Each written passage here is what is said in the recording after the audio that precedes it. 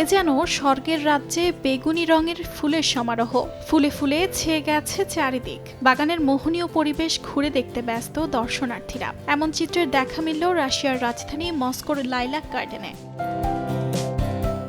মস্কোর উত্তর পূর্বে অবস্থিত ঐতিহাসিক বাগান লাইলাক গার্ডেন একসময় যা ছিল বিশিষ্ট সোভিয়েত লাইলাক প্রজননবিদ লিওনিড কোলিসনিকভিকের পরীক্ষামূলক ক্ষেত, এখন তা পরিণত হয়েছে জনসাধারণের জন্য উন্মুক্ত এক ফুলের বাগানে, যেখানে ফুটে ওঠে লিওনিডের হাতে বেড়ে ওঠা শত শত লাইলাক ফুল। জানা যায় ৭০ বছর আগের লাইলাক ফুলের জাত এখনো টিকে আছে এই বাগানে।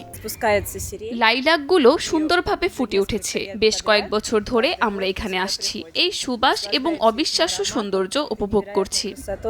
১৯৬৮ সালে লিওনিডের মৃত্যুর পর দীর্ঘদিন লাইলাক গার্ডেন ছিল অবহেলিত, হারিয়ে যায় বহু দুর্লভ ফুলের জাত। তবে এখন রুশ ফুলপ্রেমীরা এগিয়ে এসেছেন এই বাগানটির ঐতিহ্য রক্ষায়, জানায় সংশ্লিষ্ট কর্তৃপক্ষ।